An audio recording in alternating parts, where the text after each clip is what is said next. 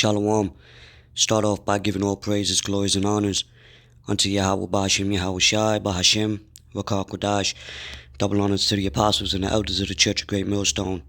Shalom to all you sincere brothers out there prophesying in the true name and in the true doctrine about the times we're in and headed to, for the kingdom of heaven is at hand. My name is Kodash Paya. In this lesson, we're going to speak about change, how that's the only thing that's constant, consistent, is change, right? And as you can see in this picture, it says, how exactly do plants break through concrete? And we know, well, we should know that even in the scriptures, men are referred to as plants, trees, because we grow through the scriptures, through the water of the scriptures, right? Just like rivers of water, how that's consistent, how it just flows, with the sun when it rises. It gives all of that of the elements of the earth, allows a plant to grow. And with men, we grow through development, through trials and tribulations and experiences, and applying the scriptures accordingly unto our trials and tribulations, right? And it's heavy because what? It says, how exactly do plants break through concrete? And see, starting from, how we battle not against flesh and blood, but against principalities, spirits around us, demons, trying to stop the men of the Lord from progressing. Using these elites, right? They're Edomites, that control the Fed, the gold, the oil, the Rothschild, the built, Edomites, Amalek, and through their laws and their restrictions, policies of this earth, because the earth is given into the hands of the wicked. So they're what? They're trying to shut us out. How when you put concrete, over something, you plaster it. See, that's why the minds of these people are plastered in darkness. They're hard-headed. But the men of the Lord, we always going to consistently thrive. And the Lord He'll make a way. He always did. Read about your forefathers. King David, Moses, Noah, right? Moses with part of the Red Sea. The Lord parted the Red Sea for him to go through. Noah with the ark. King David, gave him abilities to slaughter tens of thousands. Even with prayer. I believe Paul and Peter, when they was locked up, caused the earthquake. Well, the Lord will always find a way for us, if He's supping with you through the Spirit. Like a flower that grows throughout concrete, and it was a crack. There's nothing that can stop the word of the Lord. Just like there's nothing that can stop water from flowing whence it may. Right? So this is the book of Philippians, chapter 4. I'm going to start at verse 9. It says, those things which ye have both learned and received and heard and seen in me, do, and the God of peace shall be with you. So we have, faith without works is dead, right?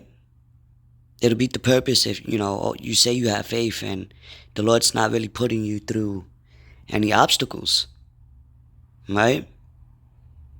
And it's good that we go through these obstacles now as men of the Lord, knowing what we know, because all hell is about to break loose. I'm talking famine, World War III, the hour of temptation. The hour of temptation is closer than brothers really think. Believe that. They doing things behind closed doors. You know, though wars is out and about. We hear about rumors of wars and rumors of wars. Certain things are narratives is pushed out for fear tactics. Nevertheless, the Lord is setting those troops up in the Middle East regardless. So you can't just say, oh, it's just fear tactics. I mean, it is controlling the minds of the people so they could want peace. But there will be no peace until Yahweh Shai comes back. But anyway, martial law, famine, where you can't go to your local markets and eat. Pestilences, people rising up against each other. All these things is going to catch the majority off like a thief in the night. Why? Because they're not taking heed to the words of the Lord. Verse 10, but I rejoice in the Lord greatly, that now at the last your care of me hath flourished again, wherein ye were also careful, but ye lacked opportunity. Right? Not that I speak in respect of want, for I have learned, in whatsoever state I am, therewith to be content. Because Paul understood the balance. Right? Just like when the Lord puts you through circumstances, is a constant. Hey, look at Job, how he was constant with him. Different things occurring from different angles, back to back to back to back to back. Lord could do that to strengthen you. I mean, hey, listen, becoming stronger and wiser doesn't always feel good. Right? But I say that to say this. There's always a balance. There's a time of mourning and there's a time of peace. There's a time where the Lord's gonna, let me give him a break and allow him to reflect. Scripture says a false balance is abomination to the Lord. So even he keeps the balance with judgment.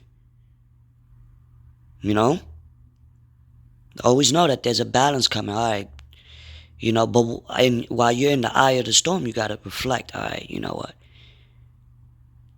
Even though there's a storm here, the Lord still, blessed you with the tools. Just like when there was a storm coming, the Lord allowed Noah to what? Make an ark. You know what I'm saying? The Lord will always find a way for brothers, man. Even sisters that believe and listen sincerity. Friends of the prophets. You may have zealots, like men that'll protect the prophet. You never know, man. But, the Lord will always find a way. So this is verse 11. Not that I speak in respect of want, for I have learned in whatsoever state I am therewith to be content. So Paul knew the balance. Paul knew. He lost and he gained. I know both how to be abased and I know how to be abound. Everywhere and in all things I am instructed both to be full and to be hungry, both to be abound and to suffer need.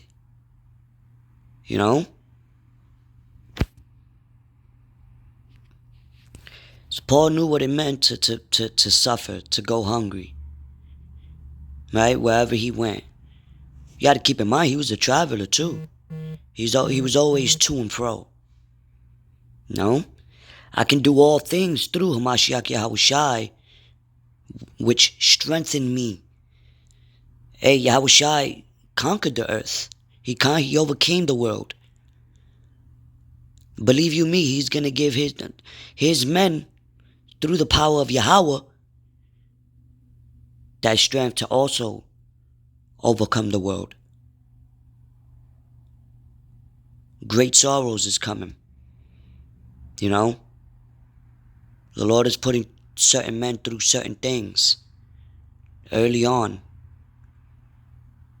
Who knows? It may be for a testimony unto others, to help others. But Not even to think that far, but, you know, we come into a time where you may not eat for 3 days, 4 days. Paul ate plants. John, uh, um, John the Baptist ate, Saint John the Baptist ate what? Locust and honey.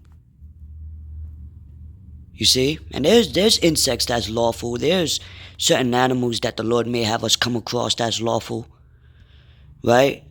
That is shunned upon this earth. Locust is lawful. But yeah, you got people eating pigs. You see, say, hey man, listen, when you know the scriptures and you know how to, man, the Lord will guide you. He'll always make a way. He sent the raven and gave manna to Elijah in the wilderness. We know that all things is for us to learn and to grow. Whether we got to grow in wisdom, whether we got to grow in faith, whether we got to be more humble, whether some brothers just got to go through fucking humiliation. There's a lot of men that hasn't been humiliated in a sense of having great sorrow. So it's all a balance of putting on that armor as a spiritual armor. Notwithstanding, ye have well done that ye did communicate with affliction. This is the book of Ecclesiasticus, also known as Sirach, chapter 11, verse number 24. It says, again, say not, I have enough and possess many things, and that evil shall I have hereafter?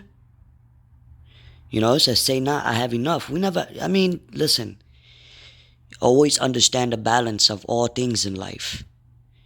Even the way the earth is created, it has its balance. The water, the ocean can't go against the grass or the trees. Right? It says, but everything is consistent. Change is consistent. See, that's the thing. People are scared of change. 2010 wasn't the same as 2020. 2020 wasn't the same as 1990. 1990 wasn't the same as the 1960s. There's always change, right? And through our trials and tribulations, we go through constant change to grow, to adapt, to develop. You got to develop, and that's a blessing. Because the Lord can have you comfortable and enjoying the fruits and the fatness of the earth and not fucking growing, man. Wisdom is greater than any riches here. Wisdom and health. Right? The scriptures say wisdom and knowledge shall be the stability at thy time. Not always eating. We eating according to the word. But physically. You become glutton, fat, you're not even fit to do certain things. So it's good to fast, but, that's also a balance. You can eat. Jake loved to eat. Jake loved to cook. But it's also good to fast. Or it's also good to go on a liquid diet sometimes. Don't eat half of the day and then maybe eat a little bit of salad. You know what I mean? However, man. But it says, in the day of prosperity, there is a forgetfulness of affliction. And in the day of affliction, there is more slakia. And in the day of affliction, there is no more remembrance of prosperity. So we can never forget about affliction, where we came from, how quick the Lord could take away things and put you in a circumstance. In the midst of prosperity, these people, they so comfortable in this life. Prospering. Right? But we know all this is about to end. It's only going to get worse for it to get better. And what I mean by that is this place is collapsing from the inside out, financially, morally, spiritually. And it's going to ultimately, physically, when the Lord comes back and judge the earth. Primarily America, aka Babylon the Great, is going to be completely a wasteland. due to the way of fire. But it says, for it is an easy thing unto the Lord in the day of death to reward a man according to his ways. You see? Hey, look at I believe it was King Hezekiah, where he was on the verge of death. He prayed unto the Lord. The Lord blessed him with, I believe, 15 more years of his life. That's an easy thing for the Lord to reward you, in that great hour. And that's what we want. So that's why I'm going through all this, is so we can know the end game. Like, look, Job had his integrity after losing it all, kept his faith. Paul, he fought the good fight of faith. Yahushai, he knew what he had to go through. What? And now look, he got all the power. Yahweh gave him the power of the earth. I mean, come on, bro. The affliction of an hour maketh a man forget pleasure, and in his end his deeds shall be discovered. So we want to be found worthy when Yahushua comes back, like it tells you in the book of St. Luke.